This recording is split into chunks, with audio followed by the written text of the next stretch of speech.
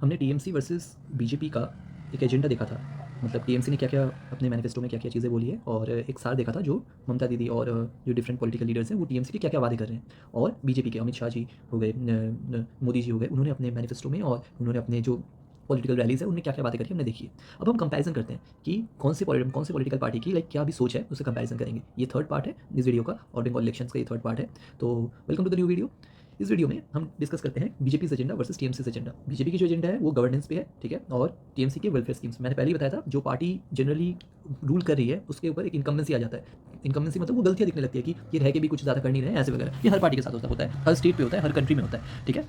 ये नहीं कि सिर्फ टीएमसी और बंगाल की बात है, ऐसा नहीं है। तो हम लोग देख लेते हैं, ठीक है? एक वादों का कंपैरिजन देखिए, मैंने 7 पॉइंट लाए हैं, 7 पॉइंट में हम लोग वादों का कंपैरिजन देखते हैं कि क्या-क्या कहा गया है। बीजेपी का जैसे फोकस है गवर्नेंस हो गए, लॉ, करप्शन पे हमने एजुकेशन पे ये सब पे देखा ही था, ठीक है? और जो मार-धाड़ चलती है लॉज़ पे, ठीक है? जो जो मतलब बीजेपी के एलिजेड है और जो केसेस आती है वेस्ट बंगाल में रिलेटेड टू इलेक्शंस इस पे है।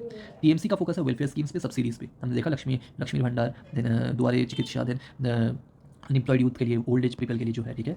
वुमेन सेंट्रिक में अगर देखेंगे कि वुमेन के लिए नारी शक्ति के लिए क्या किया जा रहा है, बीजेपी वुमेन सेफ्टी पे फोकस कर रही है, वहाँ पे फाइनेंशियल एड दे रही है टीएमसी। तो एक सेफ्टी वर्सेस फाइनेंशियल एम्पावरमेंट का वो हो रहा है कॉम्बिनेशन। मुझे लगता है, मेरा पर्सनल व्यू है कि यहाँ पे दोनों की ही एक कॉम्बिनेशन होनी चाहिए। बीजेपी को भी एक कॉम्बिनेशन, बीजेपी और टीएमसी दोनों ही अगर कॉम्बिनेशन रखते हैं तो ये अच्छा होता है। इकोनॉमी में अगर हम लोग देखेंगे बीजेपी का, इसमें मैं बोलूँगा कि प्लस पॉइंट यहाँ पे है कि इंडस्ट्रियल ग्रोथ पे है और इन्वेस्टमेंट, जॉब क्रिएशन और स्किल डेवलपमेंट और वेलफेयर बैक इकोनॉमिक सपोर्ट, ये टीएमसी का वादा था पहले, बट उतना वो इस पे खड़े नहीं उतरे हैं। तो इस पे एक एंटी इनकम्बेंसी काफ़ी ज़्यादा काम करेगी और इंडस्ट्रियल ग्रोथ जो बीजेपी का हमेशा मुद्दा रहता है वो आई थिंक यहाँ पे एक प्लस पॉइंट है। बीजेपी ने 7th पे commission, salary hike government employees के लिए, जो दिल्ली इलेक्शंस में भी हमने देखा था उन्होंने टैक्स कटिंग करी थी।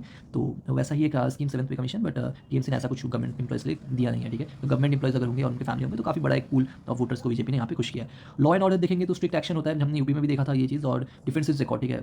यहाँ पे दीदी ने लाइक रेप केसेस के मामले में, वुमेन सेफ्टी के मामले में जो एक कोलकाता का रिकॉर्ड रहा है उसी को उन्होंने बार-बार दोहराया है। और ये मुझे भी मानना होगा कि लाइक लॉ एंड ऑर्डर के रिकॉर्ड में कुछ पॉलिटिकल मुद्दों को छोड़ के कोलकाता और west Bengal is doing good, ठीक है? तो यहाँ पे आई थिंक अगर रीओपनिंग करप्शन ही है तो यहाँ पे मैं हाफ पॉइंट दोनों को, बीजेपी और टीएमसी दोनों को ही देना चाहूँगा। Social and identity issues, illegal migration, immigration जो हो गया बांग्लादेश से, वो एक नेशनल मुद्दा बनाया गया है, एसआईआर के थ्रू भी काफ़ी वो किया गया है। तो बट टीएमसी का ऐसा नहीं है, टीएमसी का है इंक्लूसिविटी, क्योंकि एक वोट बैंक हम लोग जानते हैं कि बीजेपी टीएमसी का वहाँ से भी आता है, ठीक है?